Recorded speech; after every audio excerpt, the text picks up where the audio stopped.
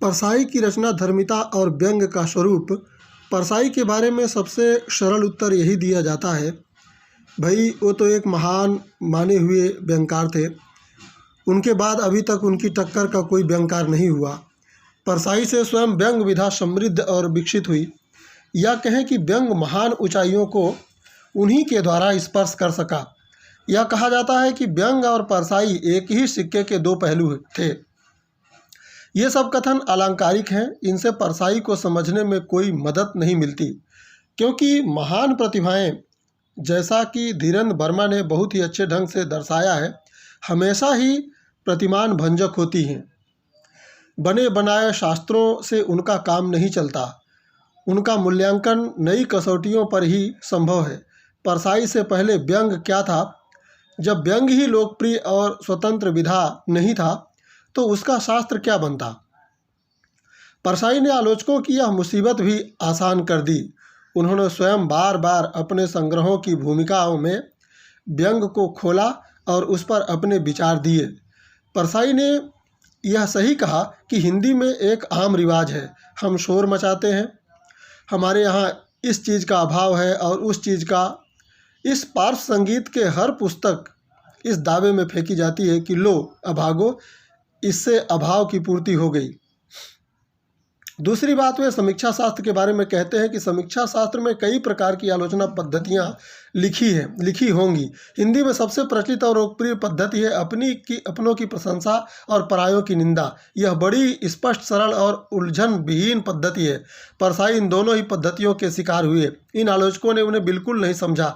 यह सच है, ज़्यादातर लोग ऐसे हैं जो व्यंग का महत्व ही नहीं समझते, ना ही विधा के रूप में और ना ही स्पिरिट के रूप में। वे व्यंग से हास्य को ही अलग नहीं कर पाते। बिना हास्य के वे व्यंग की कल्पना ही नहीं कर सकते, जबकि वास्तविकता यह है कि व्यंग जीवन के साक्षात्कार करता है, जीवन की आलोचना करता है, विसंगतियों, मिथ्याचारों और पाखंडों का पर्दाफाश करता है। मजाक एक बात है और उपहास बिल्कुल दूसरी बात, और उसमें भी दबे कुचले लोगों का उपहास, उसे भला व्यंग कैसे कहा जा सकता है? मगर विसंगतियों में भी स्तर और प्रकार होते हैं। आदमी कुत्ते की बोली बोले, यह एक विसंगति है, और वन महोत्सव का आयोजन करने के लिए पेड़ काटकर साफ किए जाएं, जहां मंत्री महोदय गुलाब के वृक्ष की कलम रोपें, यह भी एक विसंगति है। लेकिन दोनों में भेद है, यूँ हंसी दोनों में आती है। यानी विसंगत की क्या हैसियत है या अहमियत है, वह जीवन में किस हद तक महत्वपूर्ण है, वह कितनी व्यापक है, उसका कितना प्रभाव है, ये सब बातें विचारणीय हैं। दांत निकाल देना इतना महत्वपूर्ण नहीं। असल में लोग दो चीज़ें नहीं समझते, जिंदगी किस कदर जटिल चीज़ है, उसमें खालिश हंसना या खालिश रोना जैसी चीज़ नहीं होती। अच्छा व्यंग सहानुभूति का सबसे उत्कृष्ट रूप होता है। परसाई इन दोनों चीज़ों को समझते हैं। वे सुधार के लिए नहीं लिखते, अन्यथा वे आर्य समाजियों की तरह हो जाते। वे मार्क्सवादी हैं, इसलिए वे सुधार के लिए नहीं, बदलाव के लिए लिखते हैं। चेतना में हलचल मचाने के लिए, इसलिए वे डरते नहीं, न समाज से न राजनीति से। वे मानते हैं कि व्यंग लेखन एक गंभीर कार्य है। वे इस विसंगति को गहरे पकड़ते हैं। देखना भी यही चाहिए कि कोई लेखक अपने युग की विसंगतियों को कितने गहरे पकड़ता है, उस विसंगति की व्यापकता क्या है और वह जमीन में कितनी अहमियत रखती है। मात्र व्यक्ति की ऊपरी विसंगत शारीरिक व्यवहार ही की या लहजे की एक चीज़ है, और व्यक्ति या समाज के जीवन की तैयारी वहाँ से जाकर विसंगत खोजना, उन्हें अर्थ देना तथा उसे विरोधाभास के रूप में देखना आवश्यक नहीं है। परसाई बुनियादी तौर पर शिक्षक थे। वे मानते थे कि कोई भी सच्चा व्यंग लेखक मनुष्य को नीचा नहीं दिखाना चाहता, क्योंकि व्यंग तो मानव अनुभूति से पैदा होता है, जो मनुष्य को बेहतर मनुष्य बनाना चाहता है। अर्थात व्यंग उससे कहता है जो अधिक सच्चा, न्यायी और मानवीय बन। तो अच्छे व्यंग की पहचान क्या है? यदि हम यह सवाल करें तो उत्तर होगा, अच्छे व्यंग की पहचान यह है कि उसमें करुणा की अंतर्धारा होती है। चेखव की तरह, जैसे चेखव की एक कहानी है, एक कलर की मृत्यु।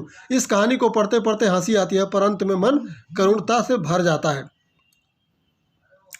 बांस के चांद है, बाबू को छींक आती है। बाबू को लगता है कि उसकी छींक के छींटे साहब की चांद पर पड़ गए हैं। वह गड़बड़ाता है और इंटरवल में साहब से माफ़ी मांगता है। साहब माफ़ कर दीजिए, मुझे गलती हो गई, मैंने जानबूझकर गुस्ताखी नहीं की। अब मज़ा यह है कि साहब की चांद पर छींटे पड़े ही नहीं हैं। वह नहीं जानता कि बाबू माफ़ी किस बात की मांग रहा है। वह उसे डांटता है, क्या बकबक लगा रखी है, भागो यहाँ से।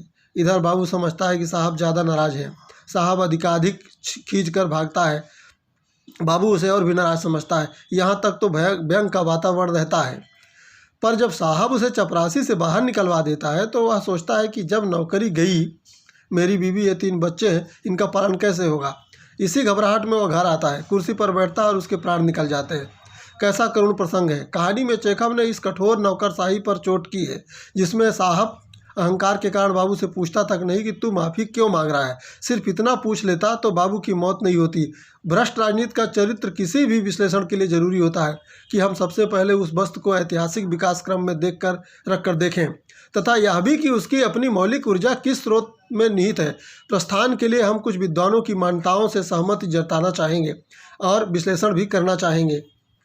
काफ़ी पहले परसाई पर लिखते हुए कथा समीक्षक मधुरेश ने इस बात पर बल दिया था कि नई कहानी की अंतर्वस्तु के विस्तार की दृष्टि से अपने समकालीन कहानीकारों के बीच हरिशंकर परसाई की स्थिति कुछ ज़्यादा ही महत्वपूर्ण दिखाई देती है, जबकि कहानी के कुछ धुरंधर मार्क्सवादी व्याख्याता उन्हें बड़ा कहानीकार नहीं मानते, उनका व्यक्तित्व बड़ा मानते हैं। परसाई की यह स्थिति कुछ ज़्यादा ही महत्वपूर्ण क्यों है?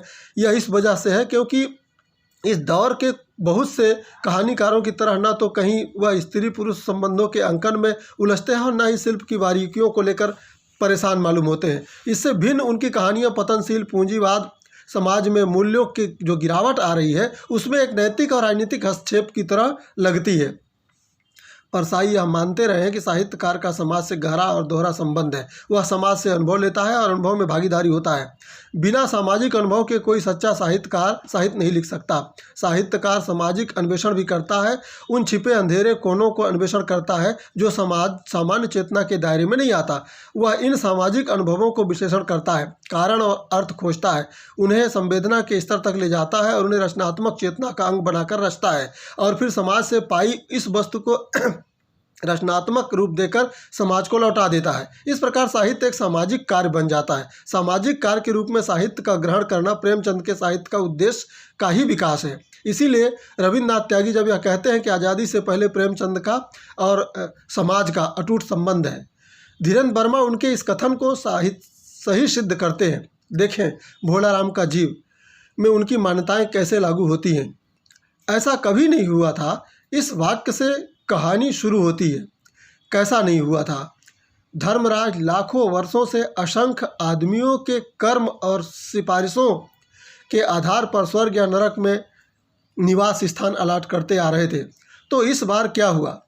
इस बार हुआ यह कि भोलाराम के जीव ने 5 दिन पहले देह त्यागी और यमदूत के साथ इस लोक के लिए रवाना भी हुआ, पर यहाँ अभी तक नहीं पहुँचा। सही है, ऐसा तो कभी नहीं हुआ था। धर्मराज ने पूछा, और वह दूत कहाँ है? उत्तर मिला, महाराज वह भी लापता है। फिर दूत अचानक बदहवास प्रकट हुआ। चित्रगुप्त चिल्ला उठे, अरे तू कहाँ रहा इतने दिन? भोलाराम का जीव कहाँ है? यमदूत हाथ जोड़कर बोला, दया निधान, मैं कैसे बतलाऊं कि क्या हो गया। इन 5 दिनों में मैंने सारा ब्रह्मांड छान डाला, पर उसका कहीं पता नहीं चला। इसी समय नारद जी वहाँ पहुँचे और उन्होंने समस्या पर विचार किया। उन्होंने पाया कि मामला बड़ा दिलचस्प है और कहा, अच्छा मुझे उसका नाम पता दो, मैं पृथ्वी पर जाता हूँ। पृथ्वी पर जाकर उन्होंने पता लगाया कि उसको गरीबी की बीमारी थी।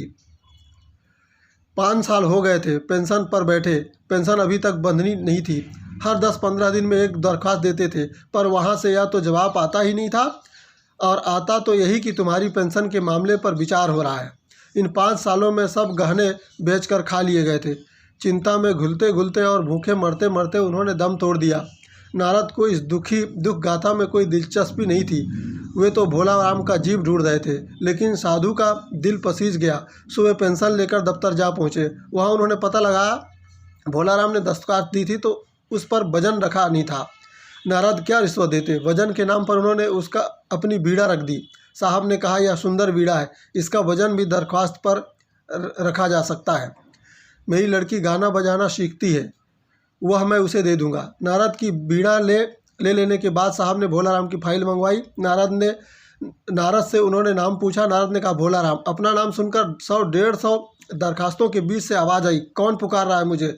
पोस्टमैन है क्या? पेंशन का ऑर्डर आ गया? नारद ने कहा, चलो स्वर्ग में तुम्हारा इंतजार हो रहा है। भोला राम ने जवाब दिया, मुझे नहीं जाना, मैं तो पेंशन की दरखास्तों में भटका हूँ, यही मेरा मन लगा है, मैं अपनी दरखास्तों को छोड़कर नहीं जा सकता। क्या इतनी सी ही बात है? मधुरेश जी का विचार है, भोला राम का जीव देश की समूची व्यवस्था पर एक रनिंग कमेंट्री जैसी है। भोला राम ऐसे देश का वासी है जहाँ दोस्तों को भेजी गई चीज़ें रेलवे वाले उड़ा लेते हैं और होजरी के पार्सल के मोजे रेलवे अफसर पहनते हैं, जहाँ राजनीतिक दलों के लोग विरोधी नेता को उड़ाकर बंद कर देते हैं ताकि विरोधी आवाज़ को दबाया जा सके। अपनी विशेष मान्यता और कार्य क्षमता के लिए जो लोग नरक में सहायता और नव निर्माण के लिए भेजे जाते हैं, वे अधिकांश वे इमारतों के ठेकेदार होते हैं या फिर ओवरसियर हैं, जो उन मजदूरों की मजदूरी हड़पते हैं जो कभी काम पर आते ही नहीं। लेकिन ख़ास तौर से कहानी दफ्तरी तंत्र को उद्घाटित करती है, जहां रिटायर होने के 5 वर्ष बाद भी भोला राम की पेंशन नहीं खुलती है, क्योंकि उनकी अर्जियां उड़ती फिरती हैं, इसीलिए कि उन पर दबाने के लिए वजन नहीं रखा गया था। यानी हमारे देश की लाल फीताशाही का नंगा चित्रण यहाँ किया गया है। आप देखेंगे कि यथार्थ का यहाँ कई तरह से उद्घाटन हुआ है।